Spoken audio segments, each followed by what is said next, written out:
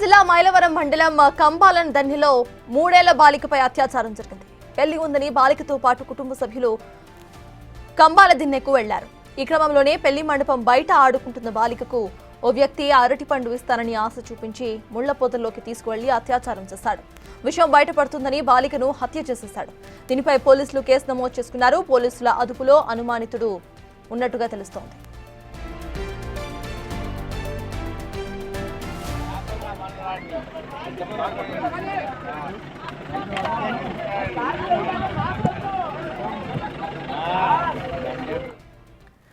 ఇదే అంశంపై పూర్తి డీటెయిల్స్ మా ప్రతినిధి దామోదర్ అందిస్తారు. దామోదర్, చెప్పండి, ఒక వర్స్ట్ సిచ్యువేషన్ ని మనం ఇక్కడ చూస్తున్నాం. 3 ఏళ్ల బాలికపై అత్యాచారం జరిగినట్టుగా తెలుస్తోంది. ఆ తర్వాత అమ్మాయిని చంపేసినట్టుగా కూడా తెలుస్తోంది. అసలు అప్డేట్స్ ఏంటి? ఆల్రెడీ ఒక నిందితుడు అరెస్ట్ అయినట్టుగా తెలుస్తోంది. పోలీసులు ఏమంటున్నారు? మైలవరం మండలం కంబాల్దిన్న గ్రామంలో ఈ దారుణం చోటు చేసుకుంది.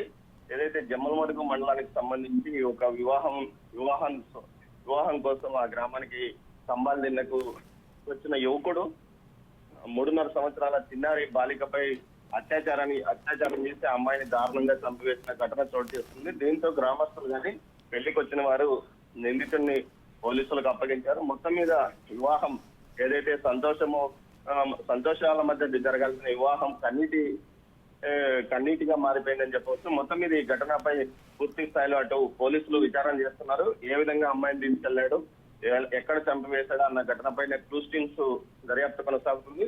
అతనిపైన పోక్సో చట్టం ప్రకారం కేసు నమోదు చేస్తామని కడప ఎస్పీ తెలిపారు. దీంతో పాటు మైనర్ ఏదైతే చిన్నారి పైన ఈ విధంగా దారుణంగా అత్యాచారం చేసి ఆ విధంగా హత్యకు పాల్పడ్డాన్ని స్థానికులు జీర్ణించుకోలేకపోతున్నారు. అతన్ని వెంటనే బహిరంగంగా చంపేయాలంటూ డిమాండ్ చేశారు. అయితే పోలీసులు వారందరినీ సముదాయించి అతన్ని కస్టడీలోకి తీసుకుని విచారిస్తున్నారు. సర్తాన్ రైట్, థ్యాంక్ యూ దామోదర్.